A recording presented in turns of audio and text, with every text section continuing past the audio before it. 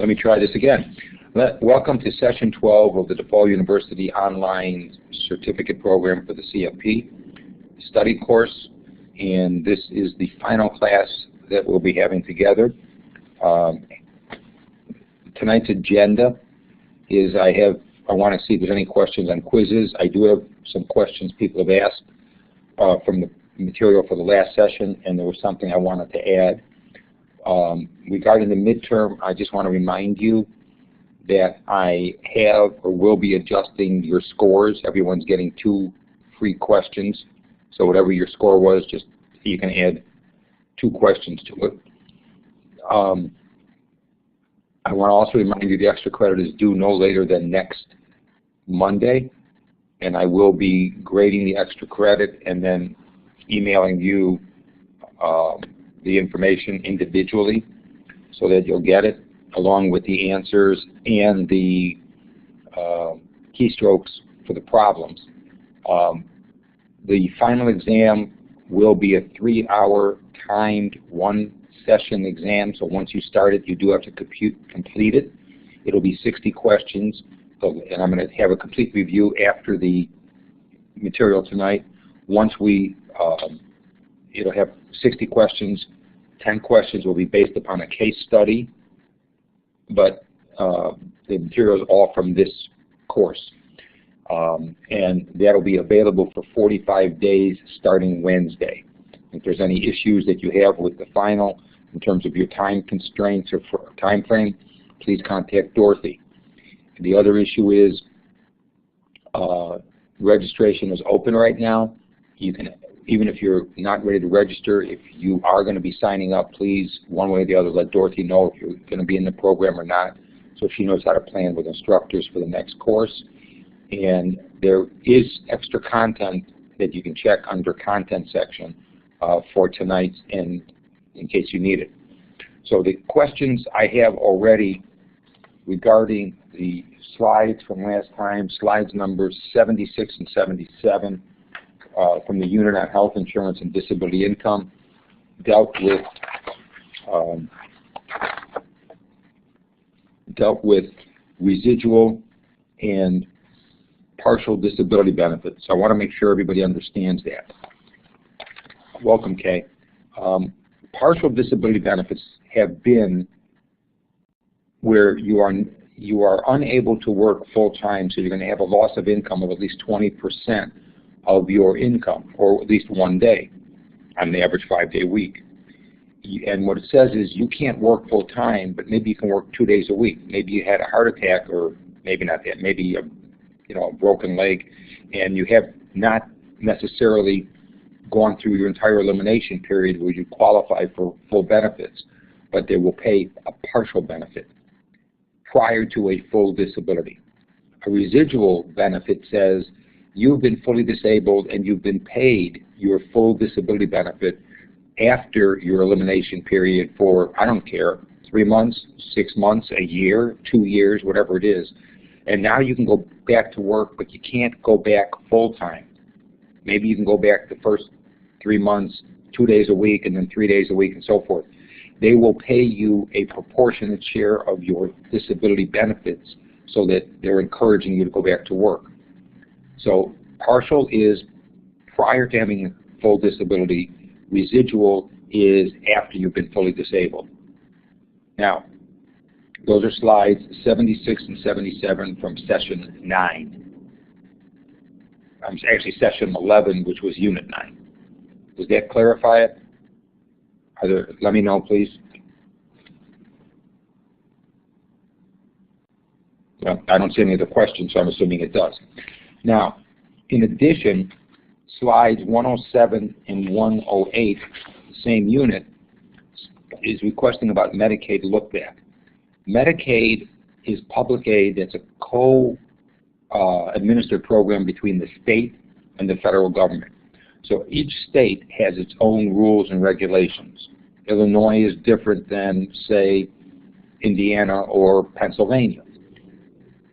So most of the regulations are pretty similar, but certain thresholds are going to be different. So what Medicaid says is if you were trying to hide assets and so that you would qualify for Medicaid. If you have, on slide 107,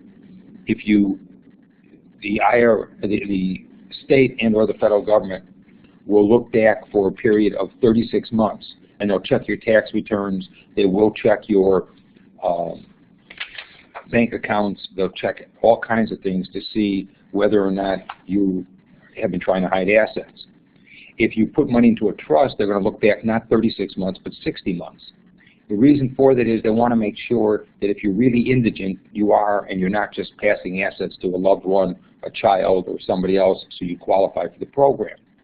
Now, it further says that if you own a house and you have $500,000 of equity, if you have under $500,000 of equity, which depending on inflation and everything else would grow to $750,000, then you'd be able to stay in your house without having to worry about paying Medicaid. In other words, your spouse that lives in the community would be able to do that. You can't go buy a new house to do that. You can't go buy new cars, but you can keep what you have. If you have more than that amount of equity, the state can say, you know, we're going to attach it later on. The rules do change. So I want you to be aware that you have this information for right now, but they do change. It also says that certain states that have what's called a partnership program will allow you to spend down certain assets, and or if you have your own long-term care policy, after say 36 months of having coverage, if you have no more coverage, you would qualify for Medicaid without having to go and become indigent. So I hope this clarifies those two things.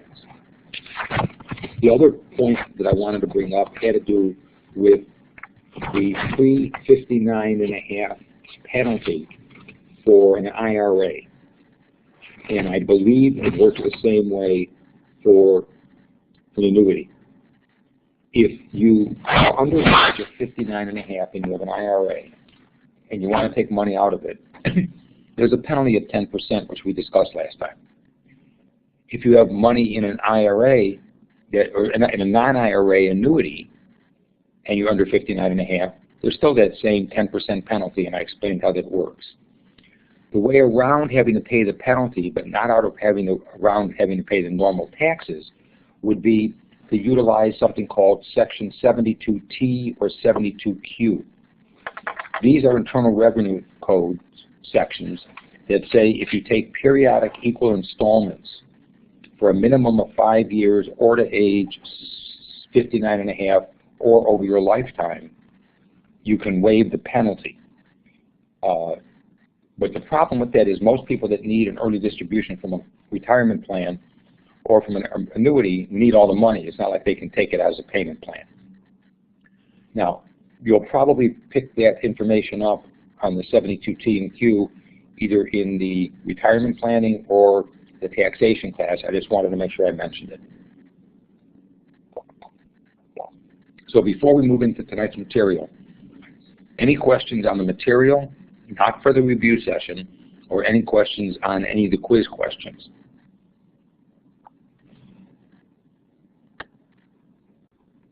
I don't see any questions coming up. I don't see anybody raising their hand.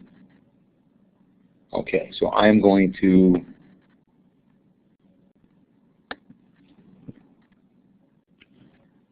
please let me know if you can see the slide that says property, casualty, and liability insurance.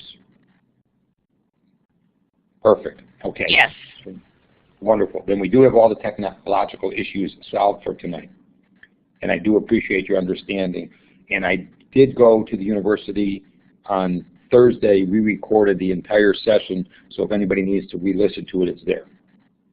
I am not, and the CFP board is not expecting anybody to necessarily become an expert in property casualty insurance or want to sell property casualty insurance to make a living. However, as part of your financial planning process, just as we've talked about life insurance and disability insurance and health insurance, you need to have a clear understanding of what the rules are for homeowners, renters, condo, auto insurance, business packages, and so forth. So policies issued under homeowners form will offer protection for the home and your homeowner's possessions, but not for business-related possessions. Now, let me be clear. If your office is in your home, and many people today have an office in their home, you can get a rider on your homeowner's policy that's going to say, we have, an extra $5,000 or $7,000 or $10,000 of equipment, we'd like it covered. But that's extra over and above what you normally have. Your homeowner's policy, your renter's policy, and so forth is designed to provide for personal effects, your personal residence, your personal furniture, clothing, electronics, computers. I do realize that today there's a line that is between what's a personal computer and what's a business computer. Well, obviously, if you have a computer that's owned by your corporation and you work for the corporation, it's theirs, that's not going to be covered under your homeowners unless you let them know that, you're using it, and then you're going to pay a small extra fee. All policies, whether they're homeowners, auto, life, disability, have what's called a declaration page. The declaration page will identify what is being insured, who is being insured, what are the limits of insurance, what's the form of the policy, and some other information. What's the policy number, what's the dates of the insurance, and so forth. Homeowners insurance has been set up as a package plan. It's been set up as a package plan. And it's set up in such a way where it says Section 1. Under Section 1, Coverage A deals with the dwelling. What's attached to the structure? Your home, an attached garage, a sun deck, fences, and what's not attached is also going to be covered. One moment, please.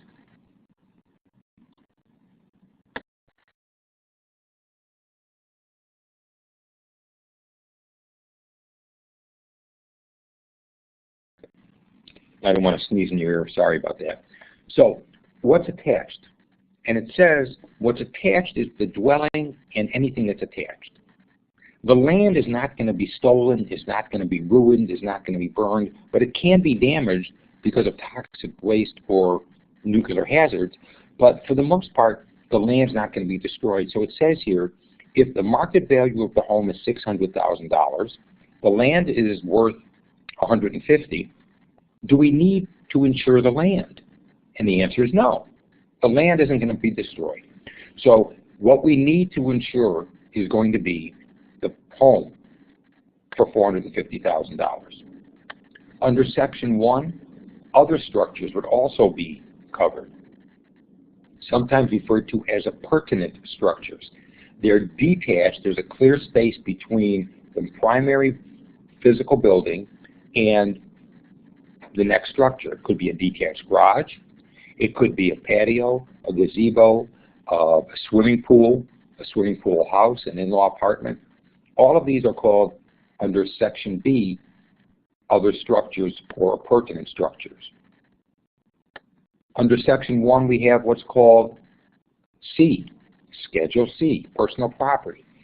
Most homeowners packages, most condo packages say, if your home is insured for, say, $500,000, we're going to include in the insurance 50% of that value for your personal property. Furniture, electronics, dishes, bedding, towels, clothing, so that, again, the more worth of your home, it's going to make an assumption at 50% of what's applied for that you're going to have more personal property, therefore they're going to give you more coverage. You can always buy more. If you can substantiate that your antiques are worth a lot more, you'll be able to buy more. So the insurance company's not going to say we're not going to insure you as long as you can substantiate it. You may need an independent appraiser. In the textbook, and right here it says, there are certain items that have internal limits that are lower than full coverage and are lower than other personal property. because in some cases it's difficult to substantiate the real value, and in some cases people say it's easy to cheat the insurance company, so that they're going to say, we're going to give internal limits. And if you look in the textbook, I forgot the exact page number, I think there's like 15 or 20 of these limits. The other thing I want to point out is the limits change sometimes from the policy, from the company, but so don't worry about memorizing these items, just be aware they're there. Most companies say we will give you a maximum of $200 in cash. Why? Because if somebody breaks into your house, there's no way for the insurance company to know how much cash you really had. Did you have a coin collection? They don't have any idea. Jewelry and furs. The textbook refers to these at $1,500. We're saying it's $1,000. Some companies may say up to $5,000. What that means is collectively, all of your jewelry is insured to $1,000. Now, there's a problem here if you think about it logically.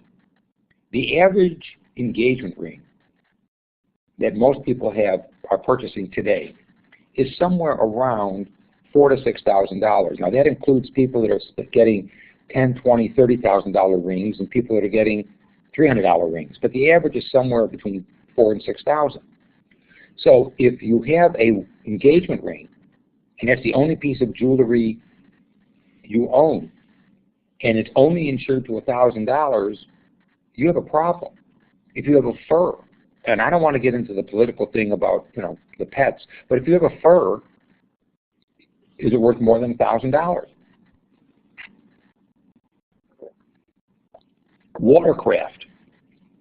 The watercraft that would be included as part of your homeowners would be a lower horsepower pontoon type boat, sailboat, but not a big one.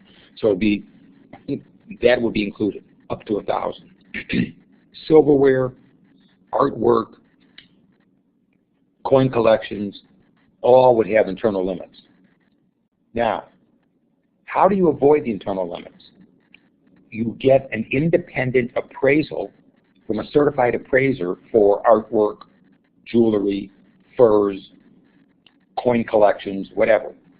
And you have that appraisal, you send it into the insurance company, and they will charge you an extra fee for 24-hour-a-day coverage, which would include more than just theft.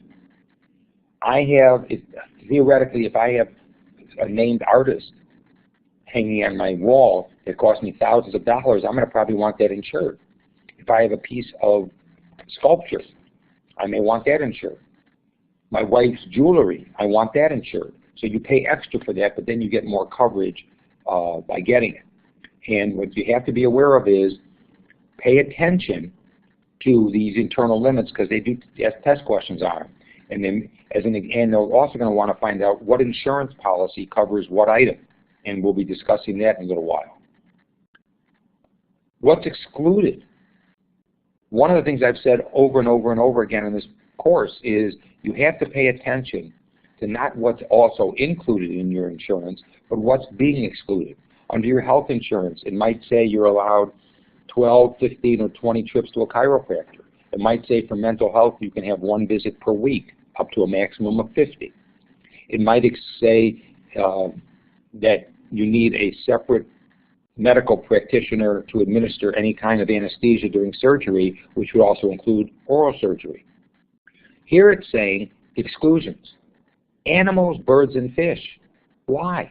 Because there's no way that the insurance company can figure out if you actually had a $4,000 Magaw bird or a $100 parakeet. There's no way to figure out if you have little goldfish that you purchased, at PetSmart, or did you have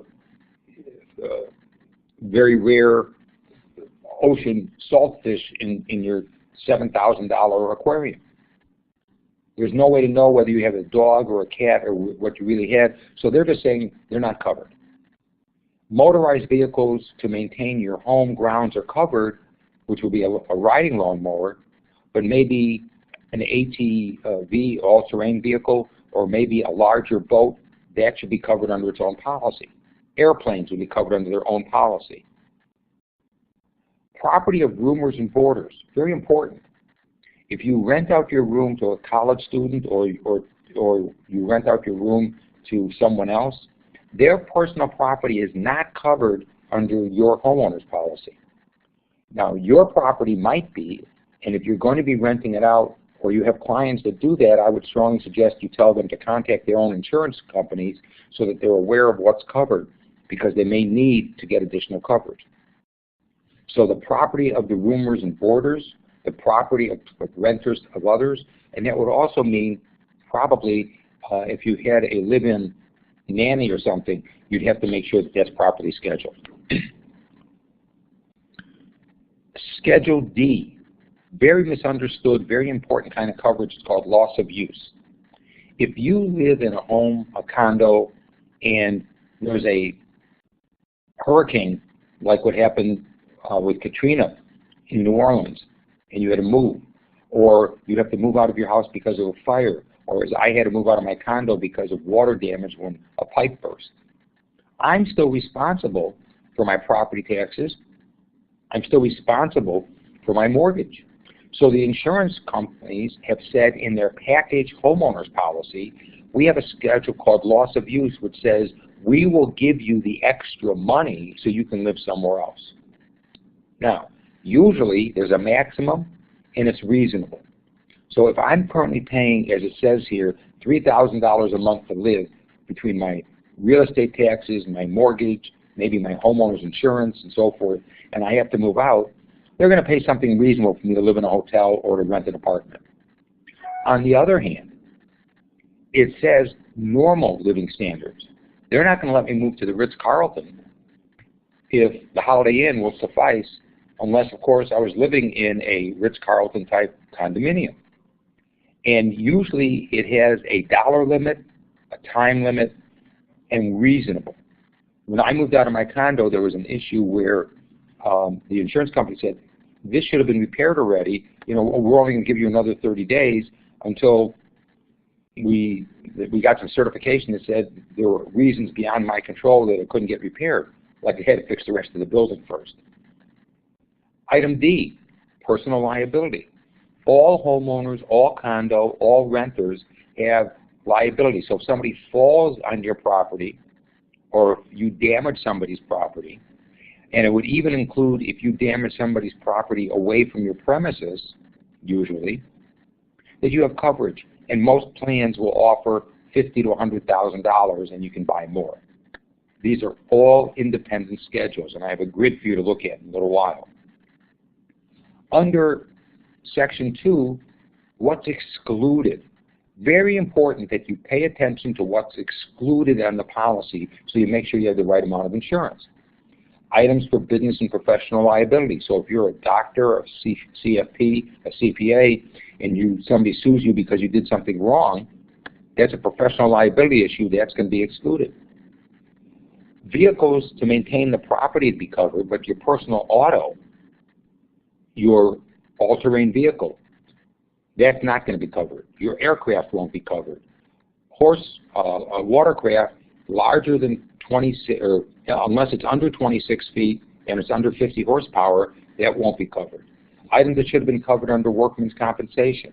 Intentionally self-inflicted damage to your property won't be covered. So all of these are things that you need to be aware of. I'm going back here to slide 4. Section A is the dwelling, and how is that covered? Under Section A, Section B would be other structures, appurtenant structures. C is loss of use, or internal limits for C. What's excluded? Slide number 8.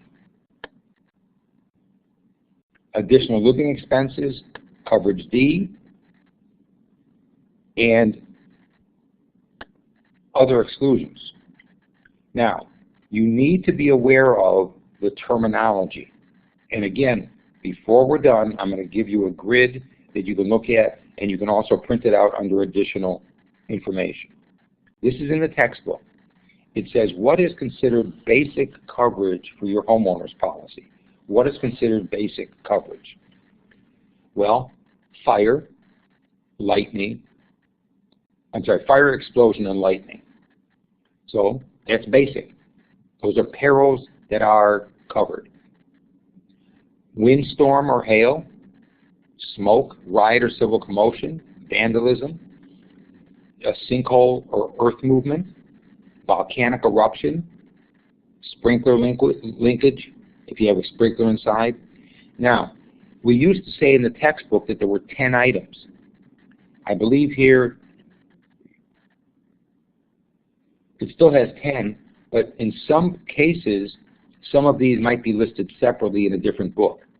So windstorm and hail might be 2, riot or civil commotion might be 2, fire and lightning might be 1 or 2.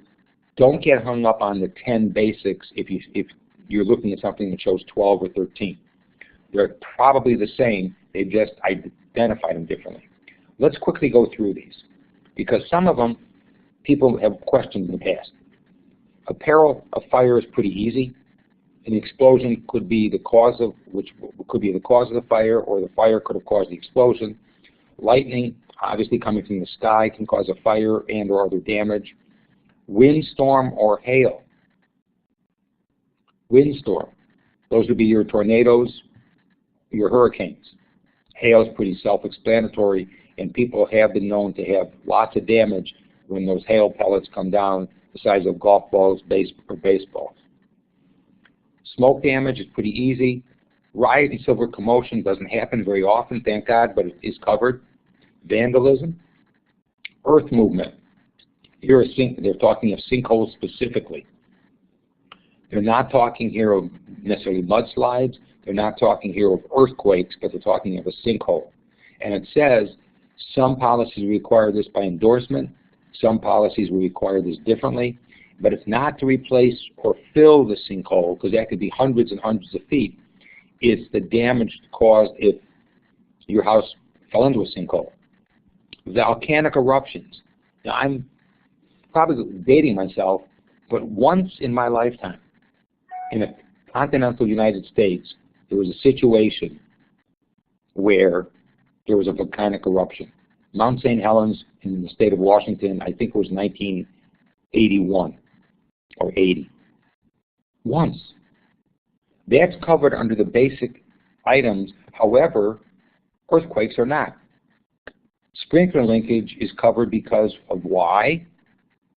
Now that more and more buildings are requiring sprinklers, if they leak, that's damage. In addition to what is going on, homeowners, condos, and so forth say, we're going to pay to remove the debris because that costs a lot of money. Just to rent the dumpsters can be $750 to $1,000. So they're going to pay up to 5% of your liability of the damage cost to remove the debris. And that gets very, very expensive if they have to gut out your place. Under Section 2, or not Section 2, but Homeowners 2, they're going to add certain items to the basic. Now, I will tell you, I've never seen a basic policy in my... Peter, I will answer your question in a moment. I have never seen a basic policy in my life. I've always seen broad form. Basic says 10 named perils. The broad form says 10 plus 6 or 8, depending on how you want to look at it. So over and above those 10, they're going to include falling objects. Something falls out of the sky. A meteor, I don't know. Weight of ice and snow. So if there's ice and snow buildup on your roof and it collapses the roof, or an ice dam gets under the shingles and causes problems, that's going to be covered. Water damage from the heating and cooling systems, not from automatic sprinklers, would be covered. Freezing of plumbing would be covered. Now, quite frankly, if you have clients and or yourself that travel a lot or leave, you might want to suggest to them that they always leave the faucet dripping a little bit in different parts of their home in the winter to make sure that it doesn't freeze. But on these plans, HO1, HO2, and as you're about to see, HO3 and HO4, on these plans, and HO5 and 6, which we're going to go through, there is no flood coverage. So if you get a test question, flooding is not a covered item. It's excluded. And in all the policies, it says usually in bold letters, sometimes in red bold letters, we are excluding flood damage. That doesn't mean that certain companies may not offer limited flood damage because of a backup of a sump pump or something, where they'll offer maybe $10,000, but they're going to exclude flood damage. And the reason they're going to exclude flood damage is they can't figure out a way to properly charge for the risk. However, as you will find out, wind damage is covered. So if your roof blows off because of a hurricane or a tornado and the storm causes a lot of water to build up, they don't know if it's coming in at the ground level being a flood or coming in at the from the roof. They're going to cover it. And one of the problems with Hurricane Katrina were people on the same block. Some lost their roofs, some didn't. The ones that lost parts of their roof, they had the water damage covered because the wind was what was the cause. And the people who kept their roof right next door didn't have any coverage for flood damage. The federal government does offer flood control insurance now, but it doesn't work the same way. So you have to be very careful, especially if you get a test question. Flooding is going to be excluded. Under an open peril, the first two, HO1 and HO2, are named perils. What is named in the policy is what we're covering. HO3 says we're going to have an open peril policy to cover all the risks unless they're excluded. So what would be excluded? Flood damage, earthquakes, intentionally self-inflicted damage, toxic waste, mold would probably be excluded, maybe mildew, nuclear hazard. Everything else would be covered. And it further says that if you want more coverage on your contents than you already have, you can do that through an HO15 endorsement, and I'm going to explain that in a few minutes. HO3 is open peril on the property. HO5 is open peril on both the dwelling and the content. If you have a client and they can afford HO5 with replacement cost, that's the best thing to get, because they're going to guarantee the broadest kind of coverage and replacement cost. Now, that's probably going to cost 15% more to have the replacement cost than not, and having the open peril HO5 is probably another 5 to 10% over the HO3. Renter's insurance.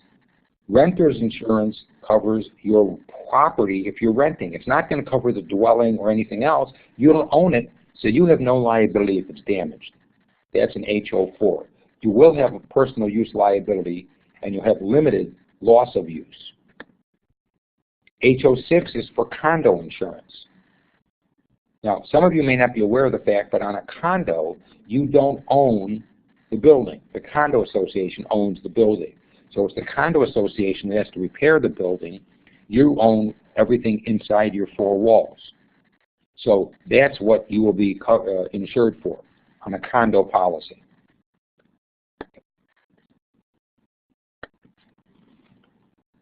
This is the difference between renters and condo. One's called HO4 versus HO6. One is open peril on the contents, the other is broad form. Under loss of use, you have 20% condo, 40% 20% renters, 40% on the condo. Why such a difference? Because the renter could walk away after 30 days or 60 days and go rent a new place, and it might even be in their lease that says after 60 days they have no liability. The person who owns the condo has to get it fixed because they own it. The condo owner might have some limited structure coverage for their garage or their other forms of detached information, where the renter has no coverage for anything other than their own personal property. Now, I'm going to skip slide 20 And I want to flip down for a second. And this you should be able to print out under additional content. I have put together a study guide for you, which shows HO 1, 2, 3, 4, 5, 6, and some additional information. So it says Section 1, Coverage A for the dwelling, B for other structures, C for personal property, D for loss of use. Slide 50 has all kinds of footnotes and internal limits, and then shows about coverage for comprehensive liability and medical payments. What I have done here is put together a study guide for you. It's pretty comprehensive. If you'll notice under exclusions, they vary based upon the policy in the company. General exclusions would be war, nuclear hazard, intentional loss, ordinance of law, if you're breaking the law or you had something repaired that didn't comply with the building code. Earth movement, landslides, mudslides, earthquakes, excluded. Sinkholes are usually excluded. You can sometimes get additional coverage. Water damage from flooding, sump pump failure or backup. Again, you might be able to buy limited coverage. Problems because of power failure, neglect or abandonment, mold or fungus, wet rot, toxic mold, neglect, self-destruction. All of this would be exclusions. It further says that under certain limits you can buy additional coverage. It's even giving you some samples of internal limits for this. Now you can print this out yourself under the content section and use this as a study guide. It is very common on your final, quiz, and on the comprehensive that they're going to ask you something. And if you notice under other structures, usually it's 10% of the underlying property. So $500,000, the other structure would be 50. Personal content is usually 50%, but you can buy more. Loss of use is important, especially the difference between a condo and a non-condo building. And part of the question is, why would you say 40% loss of use under a condo? Well, because sometimes you have to move out and you don't control when you move back in. So I'm now back to slide number 20. And it talks about scheduling personal property, jewelry, golf equipment, your stamp or coin collection, antiques. All of these things would then be on an open peril basis 24 hours a day if they're scheduled. And it would say, what's the real value? And the coverage requires many times an independent appraiser. And I'm going to tell you the other piece of that pie is make sure that you get a reappraisal every couple years because things change. The price of gold is different today than it was 5 years ago. The price of diamonds is the same. The price of furs will be different. Slide number 21. Please be aware of the fact that when you look at replacement cost, there's two ways that you can have your things insured. The first way is what's called actual cash value. What is it worth? If you bought a television set 5 years ago for $1,000 and it has a 10-year life, and after 5 years it's going to be depreciated 50%, it's worth $500. Can you replace your TV for $500? Maybe not. But what if you had replacement cost? And what if your replacement cost said that when you bought your television set, you bought a 50-inch, 60-inch, 70-inch television for $10,000. Today you could replace it for $3,000. Things have gone lower. You might even be able to get a nicer one for $3,000.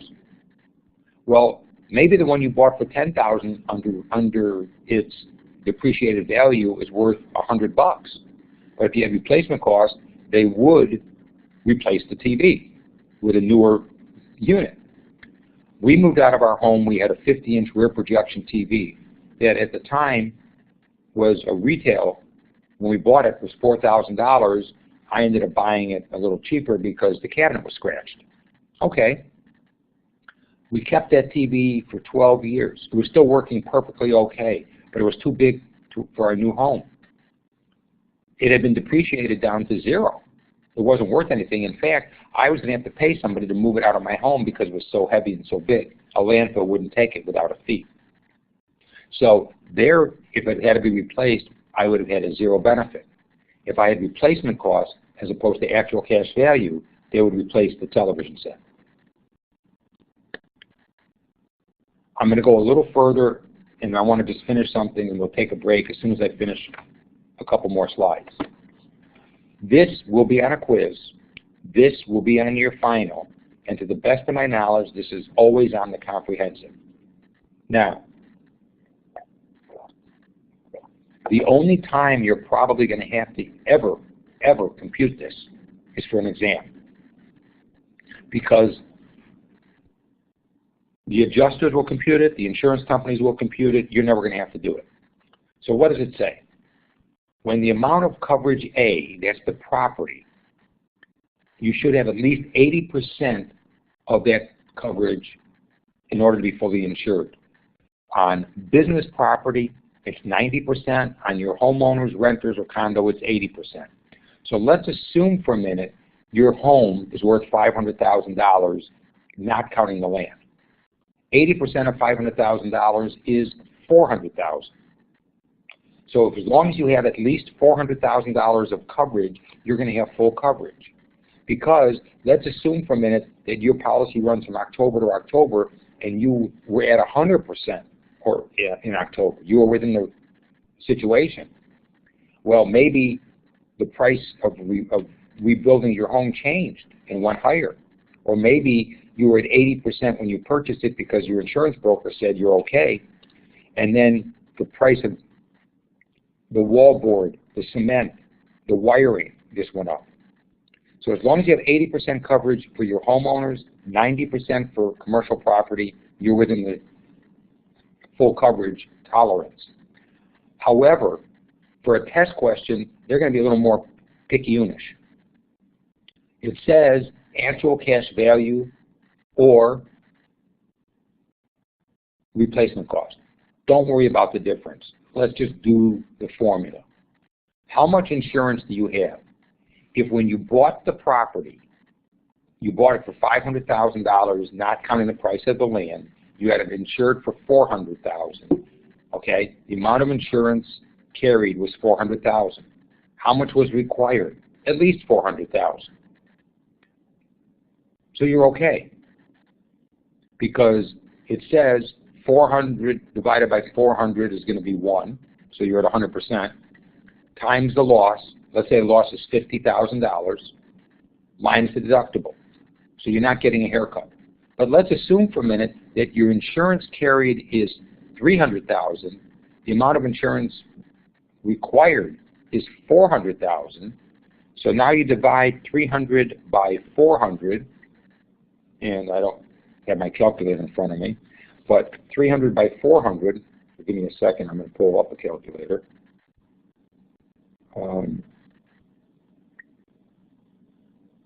Sorry, I should have had this handy before I started this conversation. So let's assume for a minute that we have $300,000 of insurance, that we have it divided by 400 that's required. So we're at 75%. Thanks, Mary. So 75% is actually less than the 80%. So is it fair to the insurance company that they're going to pay 100% of the claim if you're not paying for 100% of the right insurance? More importantly, is it fair to the other insureds that you're not paying the right amount of the coverage and you're going to expect to have full coverage? So therefore, let's assume that we have a $100,000 loss. Had you had full coverage, you would have paid $100,000. If you have 75% coverage, it's only going to pay $75,000, and then they take the deductible. This is a formula you're going to have to know for the final, and you're going to have to remember it for the comprehensive. There are some sample problems on one of the quizzes, and there's some sample problems on the in the textbook. Here's an example. $500,000 to replace it, ignoring the land, carries 80% coinsurance with a $500 deductible. You have 300,000 of coverage, 100,000 loss. Gee, I should have just looked at the next slide. And here's showing how it has worked out that that is how much they're going to pay. Had you had the right amount of coverage, you would have paid the full $100,000. For commercial property, it's a 90% coinsurance as opposed to an 80% coinsurance. So here's what I'd like to suggest. Do the sample problems and go look at the next quiz, the last quiz, because there's going to be some sample problems on it. And please make sure you know this before the final. It's on the final. I would like to take a 5-minute break, but before I do that, are there any questions? Somebody just raised their hand, but I don't know who it is yet. Valerie, wait a minute. If a tree falls on land during a tornado or hurricane that does not touch or damage the home, is a tree cleanup covered normally, or would the HO5? I believe would be only if it's an HO5. You'd have to check with your own insurance company because each policy may be a little bit different.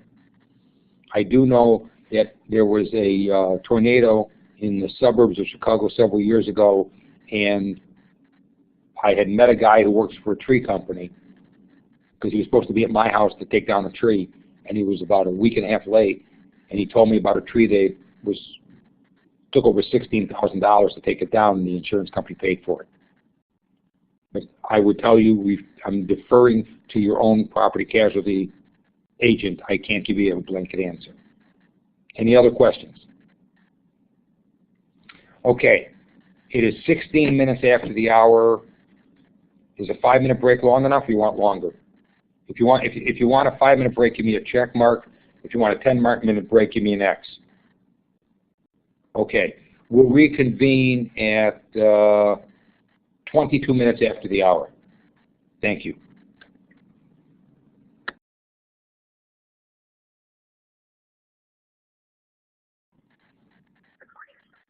Okay, welcome back to the second session for class number 12, or session number 12. There is an error on slide number 24 on property casualty. There should be 82,300, not 92,700. Apparently, the typo was corrected, but it wasn't corrected on your copy. So I apologize. It should be $82,300 on slide number 24. One of your colleagues just asked about a question regarding the quizzes. My understanding is the quizzes number 8 and 9 are already up. It is to your advantage to take the quiz prior to the final, especially since I just gave you a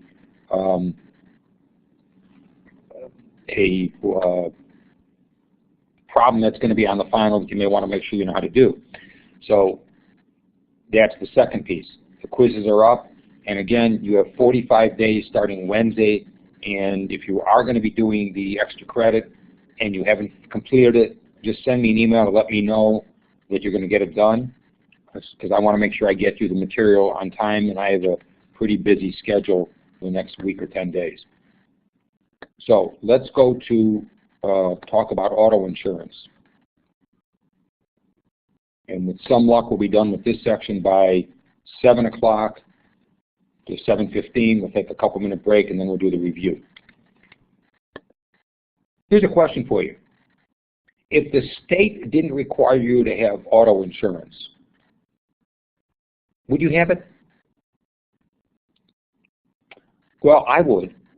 And it doesn't matter whether I'm driving a 15 or 20-year-old car that's a clunker to and from the train station, or whether it's a brand new Mercedes.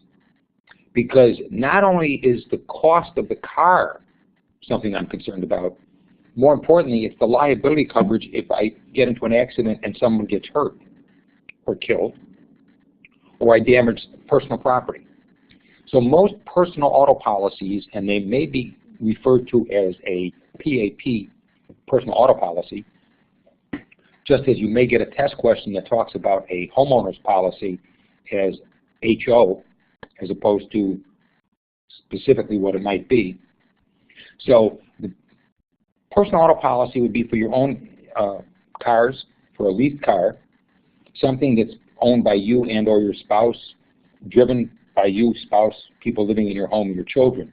It's not available for private livery services, public conveyance services, or anything other than personal. So if you have a truck that you use for business, if you have a limo that you use for livery, that has to have its own business policy. And vehicles can be cars, vans, SUVs, and certain light trucks not used commercially but used around your home. Slide number 28. What is going to be covered?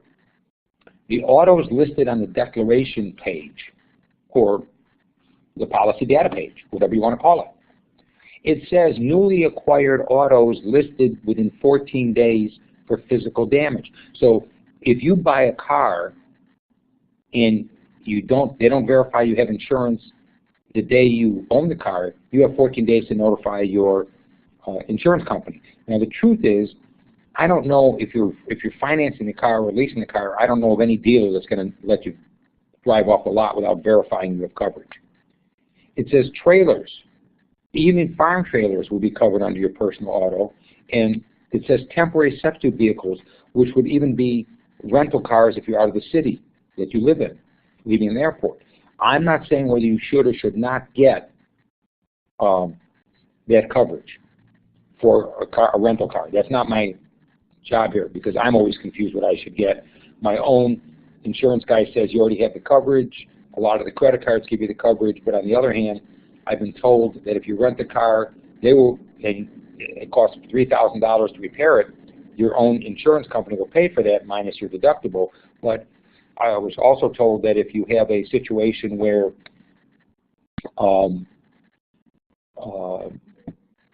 the car was off, not being able to be rented out for a long period of time, that you have to still pay for that.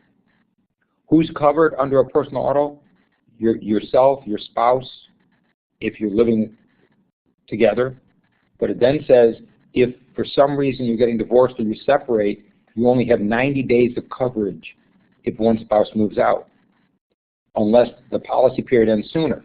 So if a spouse, let's assume your policy period is September 1st and the spouse moves out April 1st, so that's April to May, May to June, June to July, your policy expires in September, on September 1st, there's that period there that has no coverage for the person that moved out. Family members. So people living in my home, regardless of their age, would be classified as a family member. So my 27-year-old child that's living at home driving one of my cars is fine.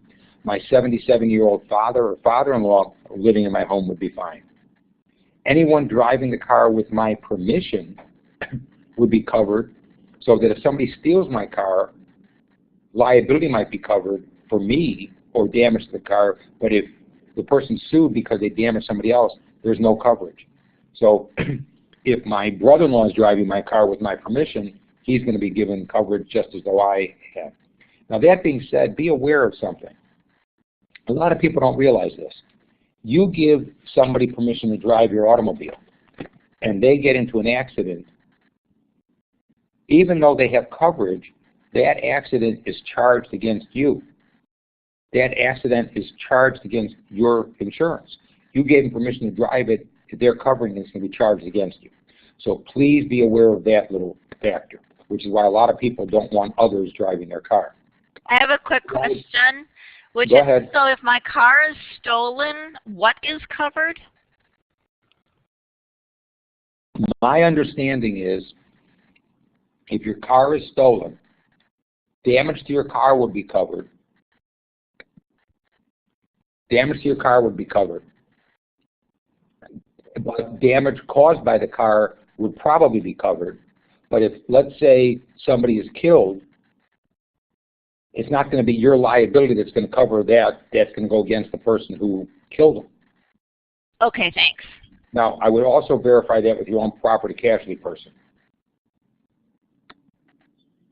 Where, on the other hand, if you give somebody permission to drive your car and they're in an accident, then the liability would probably cover that person if there was somebody who was injured or killed. Liability coverage under personal auto provides protection for financial judgments resulting from bodily injury and property damage, financial judgments. But again, the joyrider would, or the person who stole the car would have to be liable themselves. What's excluded? Well, there are idiots that damage their own cars, want to have their own car stolen. There are people that drive without permission. One time I was sitting in court because I had a traffic ticket because I was driving with winter tires that had studs in them, and I forgot that you had to take them off. And this was when they allowed them back years and years ago. And I'm sitting in court, and this mother is in court because the judge is really giving her a hard time because she was allowing her 12 or 13-year-old son to drive her car. Well, that's someone, even though they had permission, they're not legally allowed to drive the car.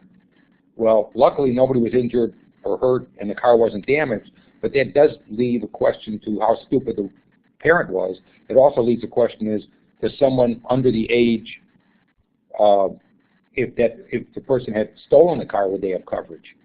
And the answer is the same as anybody else. The car would be covered, but the liability issues probably would not. Slide number 32, medical payments. It says reasonable expenses from an accident for the named insured spouse, family, and guests within 3 years of the accident. So that's under item B. The named insured, the spouse, the family, the guest passengers will be covered for medical payments. And usually the medical payments have like a $5,000, maybe a $10,000 limit, because the purpose there is to help cover maybe the extra things that might occur and or the deductibles. I was rear-ended one time, and the insurance company asked if I wanted to go have a couple massages for my back. And the guy was very honest. He says, this won't affect whether or not you can sue, and it's not going to say anything other than if you want them to help you out. And I said, well, then why are you offering them? They said, well, you were rear-ended, and the amount of damage, it's obvious you're going to probably be a little sore. So they were really trying to be nice to me, and I took them. Uninsured, underinsured motorists, this is something that really, really upsets me.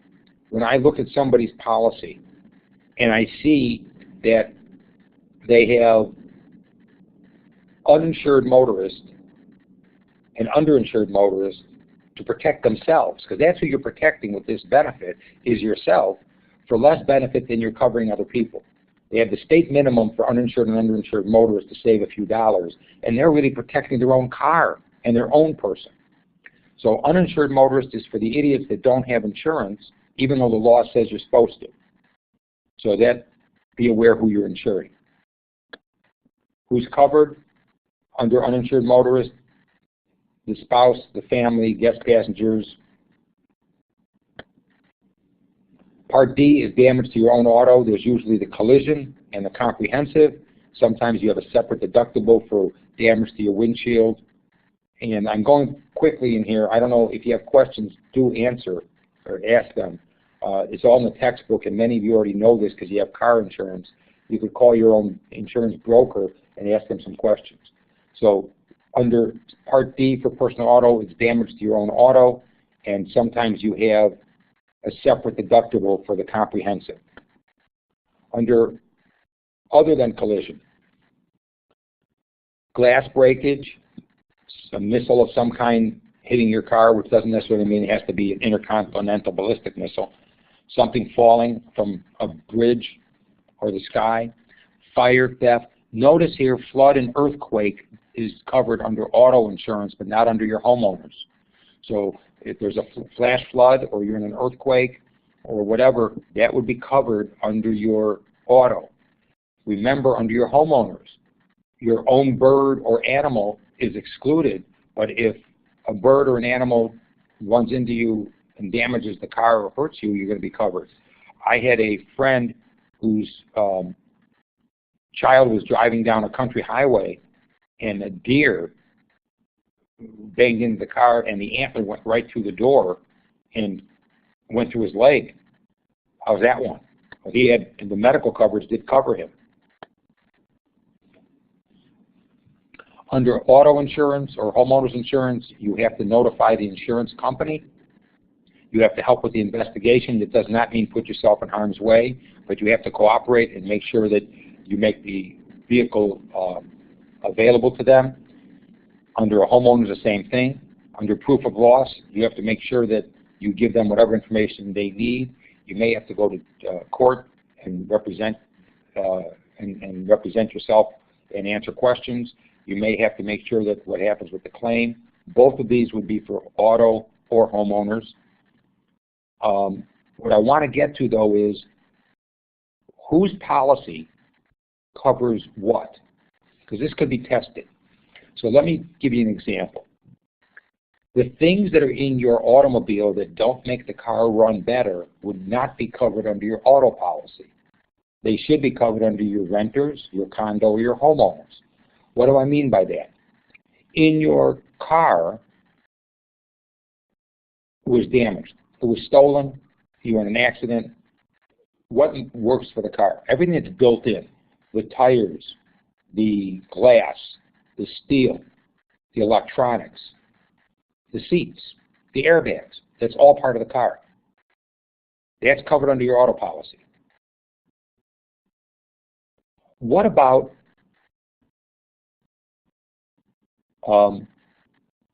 golf clubs, your briefcase, your cleaning, the fact that you might have been a nice guy, gentleman, and picked up some stuff for your wife at a department store and it's in your trunk?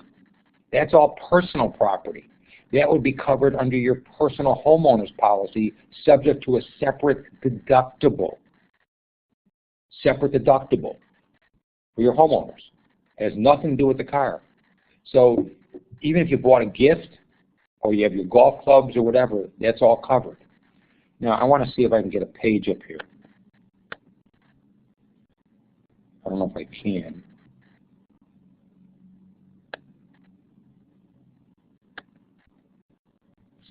Well, give me a second here. I'm trying to get a blank sheet.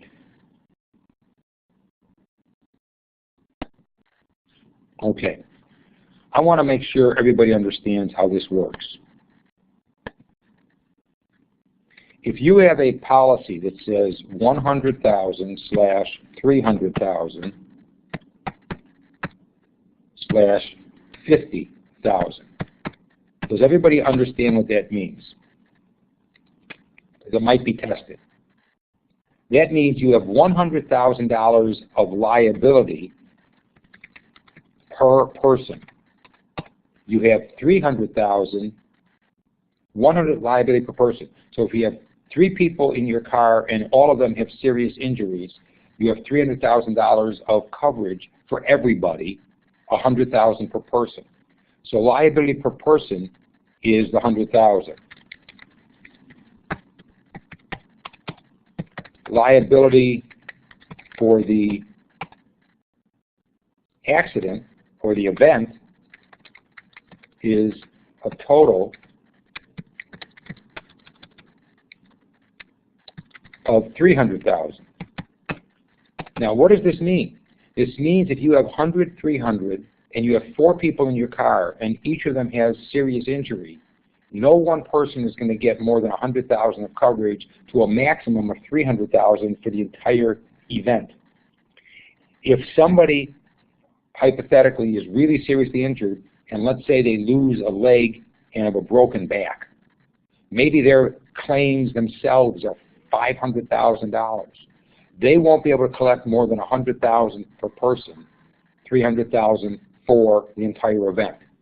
The $50,000 is the amount of liability, is property damage.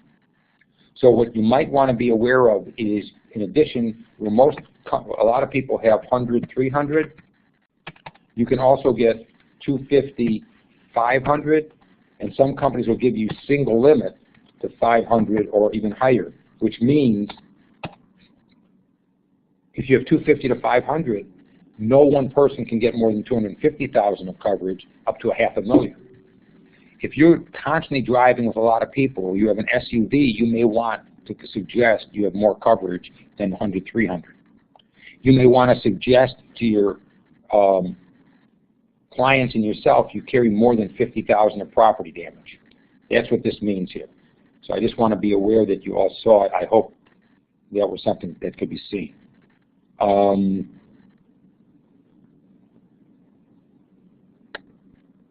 Okay, I'm back here to slide number 38. And you know what? There's one more thing I want to discuss before I get to this.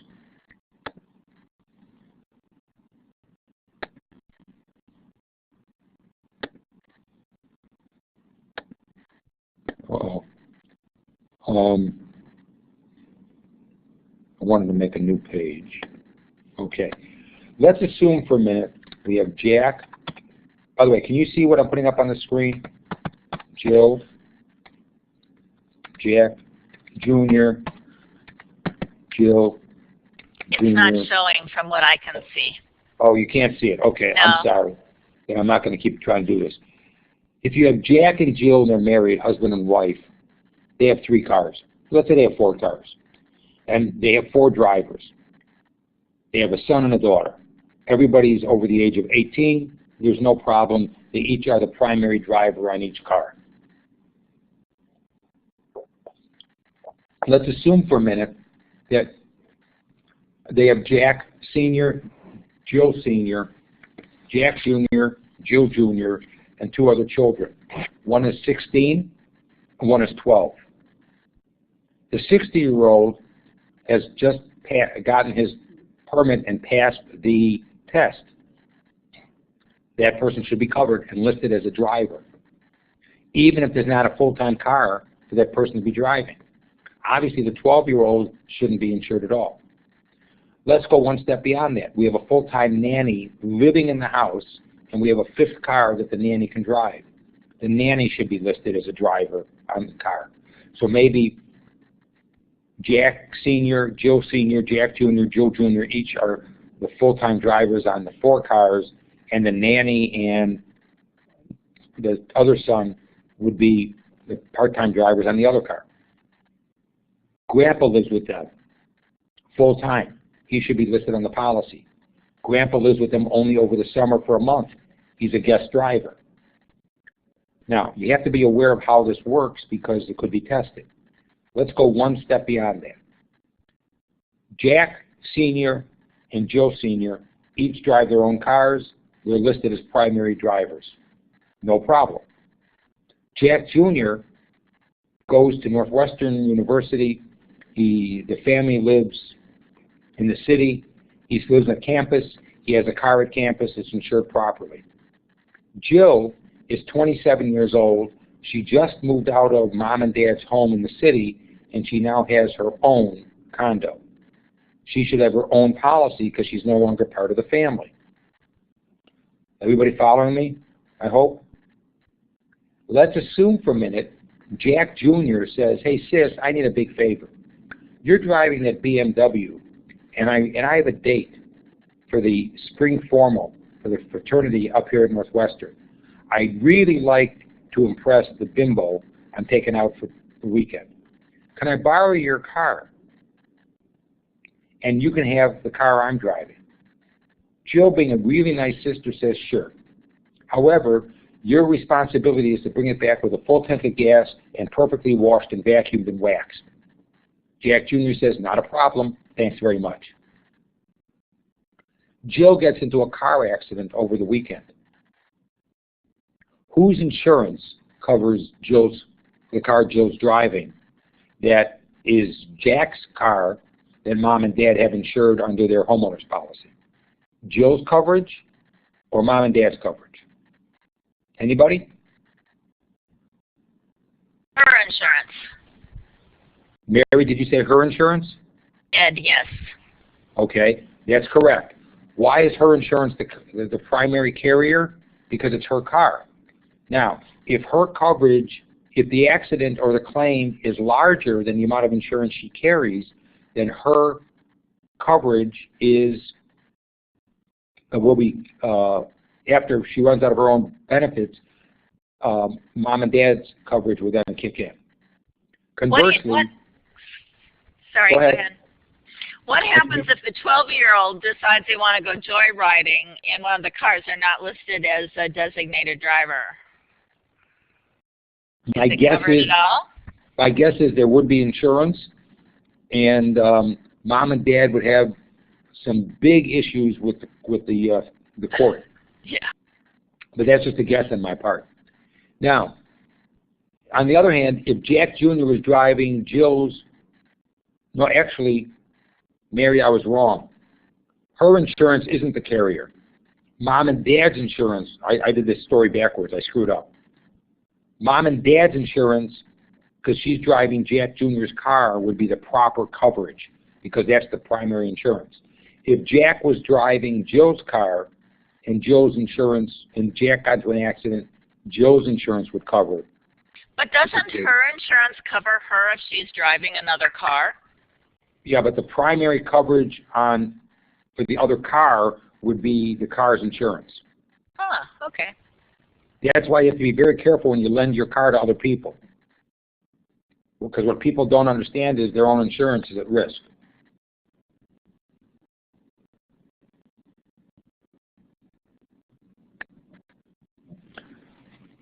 Slide number 38.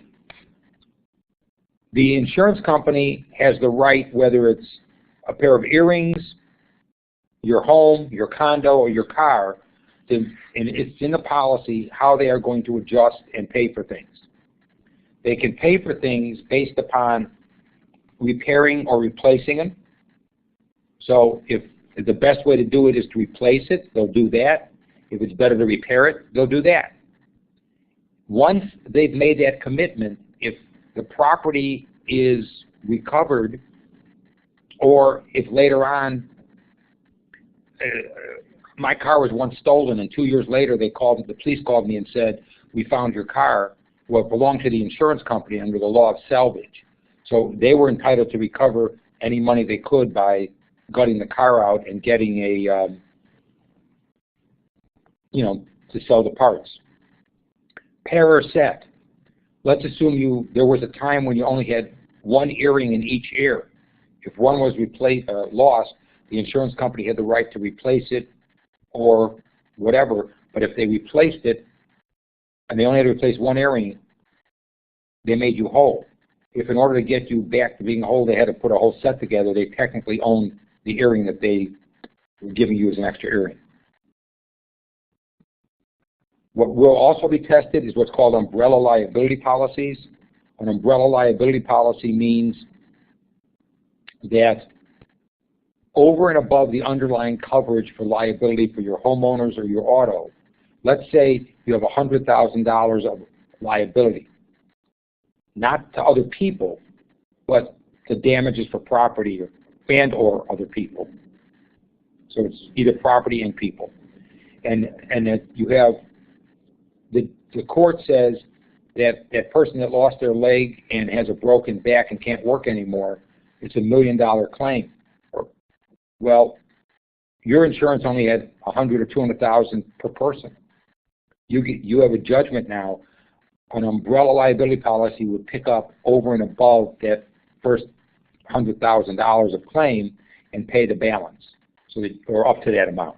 So you wouldn't have any personal liability.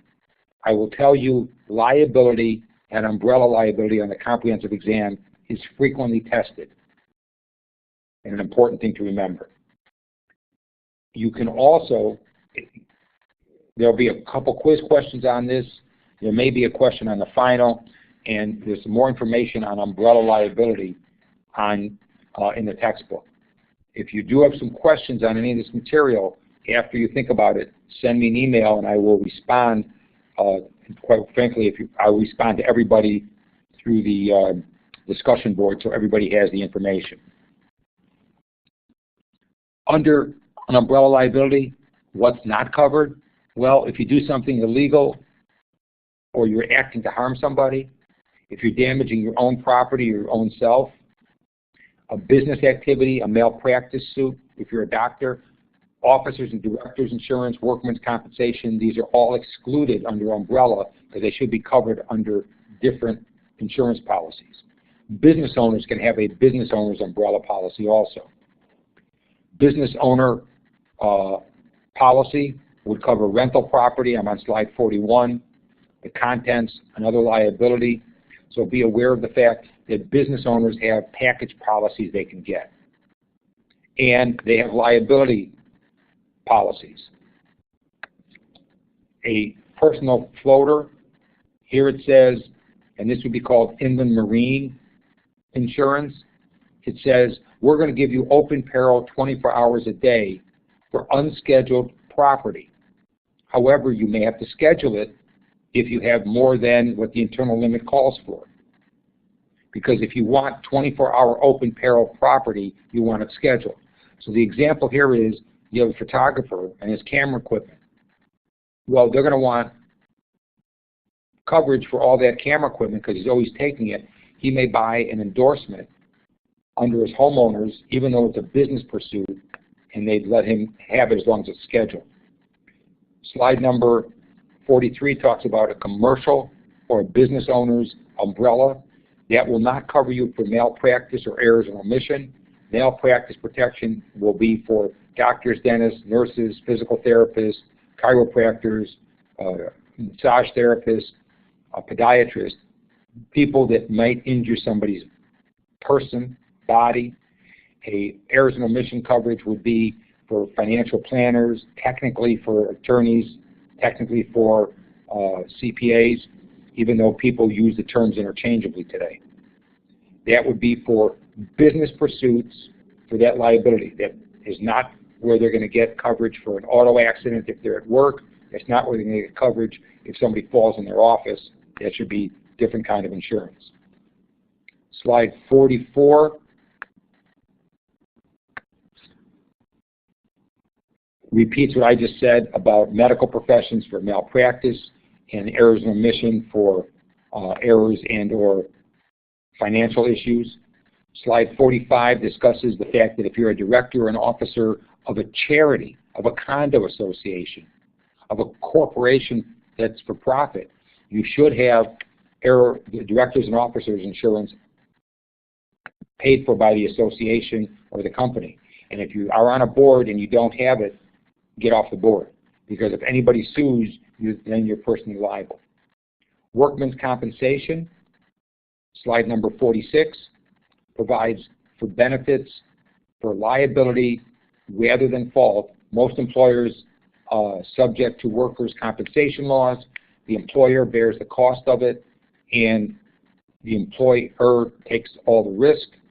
And be aware of the fact that it says right here, no workers' compensation benefits are taxable as ordinary income, whether it's for long-term or short-term or rehab or death benefits. They're not taxable for ordinary income, but remember, unemployment compensation benefits are. Slide number 48. That's where it talks about unemployment. This would be taxed, and it says here 26 weeks. It's funded by food tax, and now I think Congress is at about 100 weeks, and that is where we're at. So this covers the material. Are there any questions? Anything you need me to go over? Because I've gone through a lot of stuff tonight. I don't see any questions. I want to make sure that on the slide with the auto insurance, you remember that I made a mistake there. If Joe Jr. was driving Jack Jr.'s car, it would be the car as the primary insurance. Any questions? We're actually running about 20 minutes ahead of where I thought we'd be. I'm going to stop the recording for a minute and change the slides because I have to pull something else up. I'm not, if you want a 5-minute break, you want me to keep going. If you want a break, give me a check mark. If there aren't enough people for the break, then we will keep going.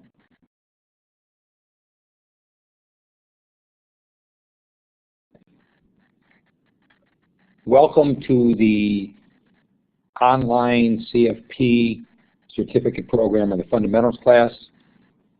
This is the review for the final. The final will be online on Wednesday, the 12th. It'll be up for 45 days. If there's a problem, please contact Dorothy. And the quizzes. The last 2 quizzes are already online, so you should be able to complete those. And if you're doing the extra credit, it's due by Monday. My advice is don't take the final until you get the extra credit back if you're doing it. To my knowledge, there's only 1 person or 2 people that are not going to be doing the extra credit, and just move forward from there. Now, the exam is 60 questions. The maximum points, I don't remember if I changed this. Well, I forgot to look something up because I forgot about this. Assuming you're at a 600 point, actually I think we changed it. Each question is going to be worth 10 points for a total of 600 points. I'll send you an email on just this. I have to check what I was on your syllabus. It's 3 hours, 1 sitting. You do not get to start and stop it. You don't get to print it out. So unlike the midterm, you do not get to print it out and you don't get to start and stop it. You will need your financial calculator.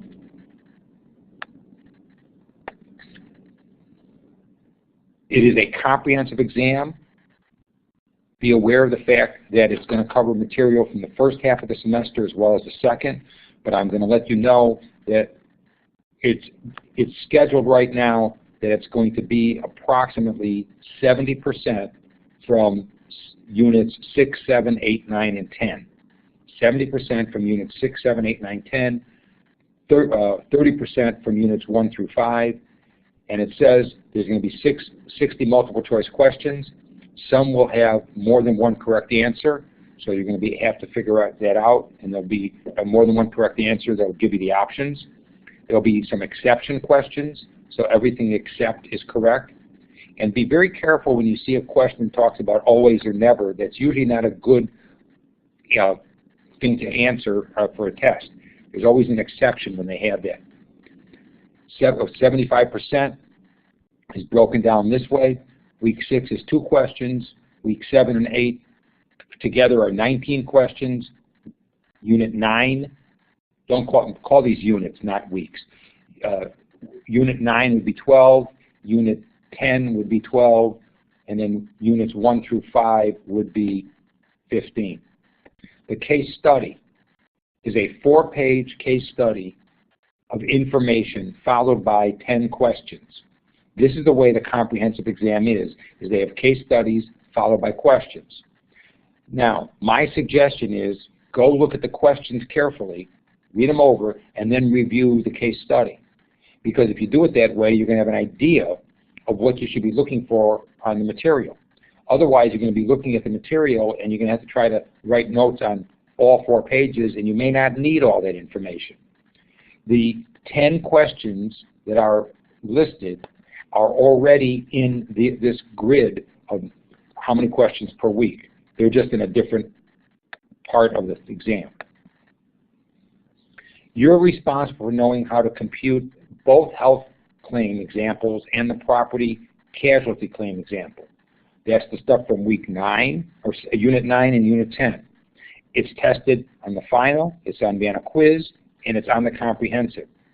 And be careful when you're reading the information to see if they're asking how much the insurance company is going to pay or how much you, the insured, are going to pay.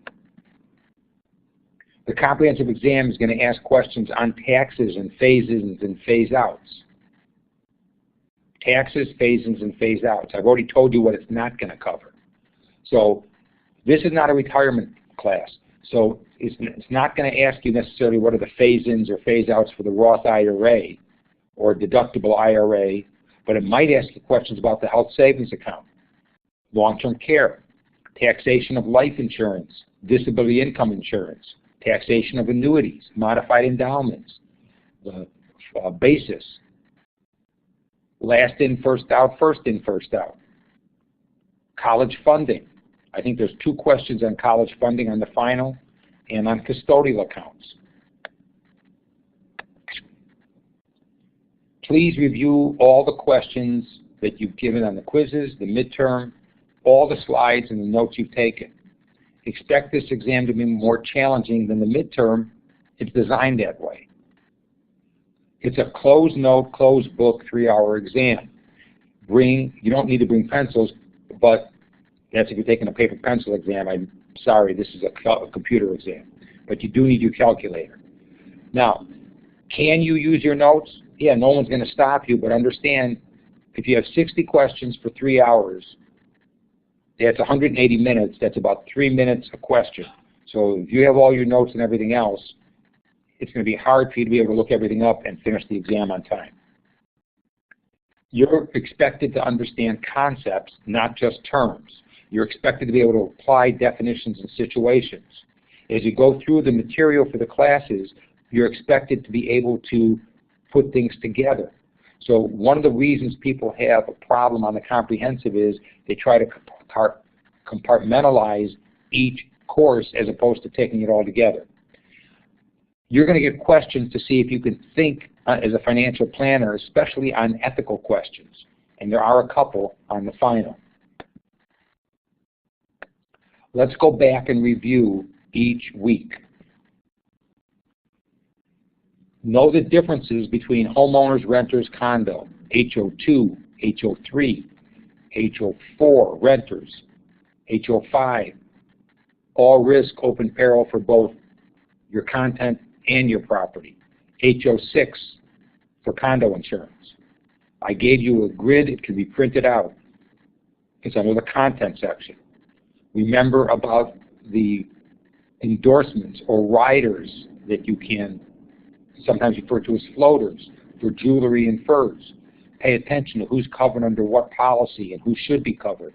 Pay attention to under your auto policy, what is going to be covered if there's a claim.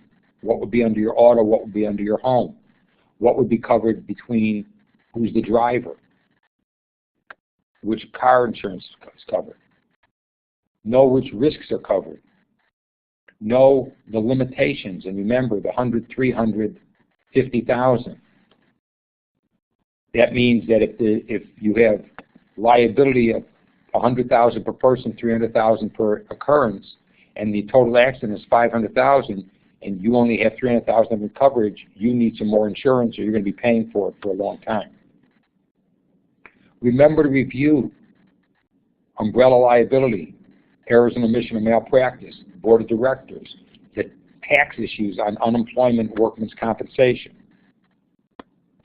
Unit 9, 12 questions. Please remember to learn the terms that we talked about under health insurance. Elimination period, benefit amount. Know the difference between PPOs, HMOs, point of service. Know about COBRA and the HIPAA legislation. The test is not going to cover the Affordable Care Act, but it is going to cover the claims that we gave you the examples of. It might cover information on Medicare and Medicaid. By the way, the test I'm referring to your final. I don't know what's going to be covered on the comprehensive. Disability income insurance, when is it taxed? When is it not taxed when you get the benefit? What happens if you get less than the full month's benefit? What would that probably mean? I said it in class. It might mean you got better and went back to work. Please make sure you understand elimination period means you have no coverage. You're self-insuring for that period of time. Remember, the definitions of disability is very important. What does own occupation mean? What does modified own occupation mean? Who's covered under what kind of plan? What's the difference between long-term disability and long-term care insurance? Weeks 7 and 8, 19 questions. That's 19 questions out of 60. Remember to review the different kinds of insurance for life insurance: term, universal, whole life, limited payment life, endowment, variable universal life. Know the difference between participating and non-participating, and dividend options. And remember, dividends are return of excess premium, so they're not taxed. Please remember that we talked about non-forfeiture benefits, and I explained how to use that grid.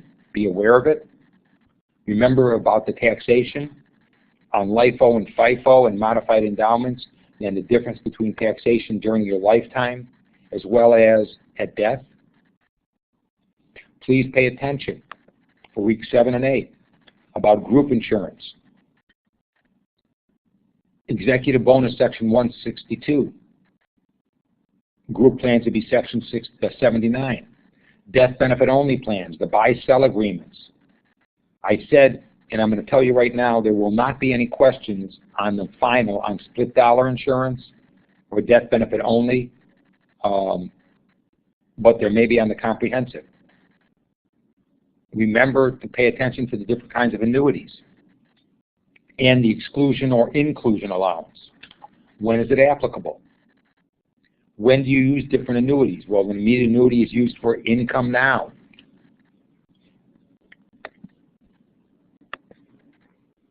In class, we went over beneficiaries for primary, contingent, as classes of beneficiaries. We went over per capita versus per stirpes, as well as the common disaster clause. Well, maybe I didn't. The common disaster clause said that if you die in a common disaster with someone else, who died first? And the law says the person who is the beneficiary is presumed to have died first, so the insured is presumed to have died second. Why is that? Very important reason. So that if you both die in a common disaster, it's the contingent beneficiaries who would end up getting the money. The spendthrift provision. I believe I covered that, but maybe I didn't. That's for a beneficiary designation either on an annuity or a life insurance contract where you can actually speak from the grave and have some handcuffs where the person can't go and just spend the money. If it's under a spendthrift provision and they're supposed to get $1,000 a month, they can't go and go to a bank and try to get a discount or factor it. They only get the $1,000 a month. Now the exception is the IRS might be able to attach it, but again, that's information you should have. What's a collateral assignment for life insurance? What's an irrevocable life insurance trust? What's the difference between an irrevocable beneficiary and a revocable beneficiary? Now, all of these items I'm giving you may not be on the final, but these are all things that might be on the comprehensive. Unit 6, 2 questions. I'm going to give you a hint. If I remember correctly, it's mainly on the National Association of Insurance Commissioners and the rating agencies. The type of insurance companies. That's where you have to pay attention. That was Unit 6. Units 1 through 5, about 15 questions. We went through this several times. Different kinds of risks, different kinds of liability. Remember the I only call for Chicago Police Department, the financial planning process. I'm sorry, for the keywords in the standard, SCFP standard of care and professional responsibility. Mirage spelled backwards for the financial planning process. There will be 1, possibly 2 time value of money problems. They're going to be the basic ones, so you don't have to worry about the real, the net present value. There will be a question or 2 on the proper use of marks and on ethics and rules and regulations, college funding, and the different things for college, for what to know on a financial statement. There's nothing on on your final comprehensive exam for this course that we did not cover in class, or is not in the textbook, or is not on the slides. If there's a problem, contact Dorothy, because she's the one who you have to work with. There's her email address and her phone number. Good luck on the exam. Thank you for taking the course. I do hope you found this beneficial. I do apologize for the little bit of technical problems we had, but everything has been re-recorded and is already up online. So I'm going to see if there's any questions.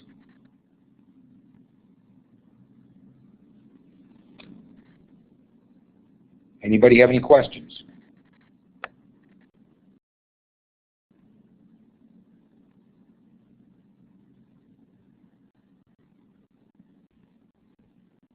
Okay, I don't see any.